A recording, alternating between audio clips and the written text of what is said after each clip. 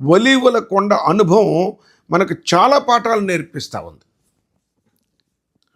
అక్కడికి వెళ్ళిన తర్వాత యేసుక్రీస్తు ప్రభు 30వ వచనంలో ఒలీవల కొండకు వెళ్ళిరి అనుంది. 31వ వచనంలో అప్పుడు యేసు వారిని చూచి, ఈ రాత్రి మీరందరూ నా విషయమై అభ్యంతరపడెదరు. అది ఒలీవల కొండ అనుభవం. ప్రభు విషయమై అభ్యంతరాలు చెప్తారు, అభ్యంతర పడతారు అన్నాడు. ఏంటి అభ్యంతరము మనకు తెలుసు కదా, మనకు తెలుసు. చూద్దాం.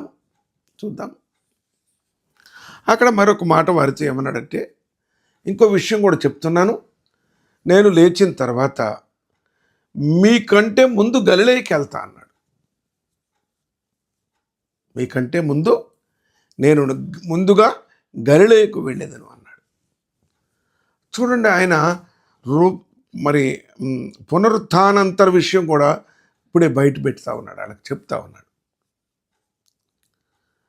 ఆ సమయంలో మీరు అభ్యంతర పడరు అనే మాట పట్టుకున్నాడు పేతురు గారు. ప్రభు ఏంటి అట్లా అంటావు, నేనైతే అభ్యంతర పడినా అన్నాడు. అంత మాటే అనలే, ఇంకొక మాట యాడ్ చేశాడు. అందరూ అభ్యంతర పడినను నేను అభ్యంతర పడను అన్నాడు కదా. సవాళ్ళు విసరటంలో కానీ, నా అంత వాళ్ళు లేడు అనటంలో కానీ పేతురు కంటే గొప్పవాళ్ళమ్మ. ఎంతవరకు నిలబడగలుగుతామనేది జాగ్రత్త సుమ. వెంటనే 34వ వచనంలో యేసుప్రభు అన్నాడు, కోడి కూయక మునిపే, చూసారేమన్నాడు, కోడి కూయక మునిపే ముమ్మారు నేను ఎరుగనని చెప్తావు. అంటే ఏంటి చెప్పండి? ఇంకా తెల్లవారదు. ఇంకప్పటికి కోడి ఎప్పుడు వస్తుంది? మొదటి కోడి చెప్తారా? 3 గంటలకు వస్తుంది, తెల్లవారుజాము అంటారు.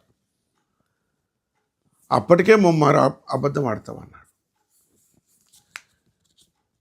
అప్పుడు పేతురు గారు అంటాడు, నేను నీతో కూడా చావవలసి వచ్చినను నిన్ను ఎరగనని చెప్పనెను.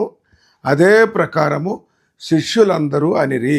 ఇది ఒలీవల కొండ మీద జరిగింది. ఒలీవల కొండలో ఏం జరిగింది ఇక్కడ, అది గమనించాలి. ఇక్కడ మార్కు గారు రాస్తూ ఈ మాట అంటాడు, మరి ఖండితంగా చెప్పాడట, నేను చావనని చేస్తా కానీ నిన్ను ఎరగనని అనను అని.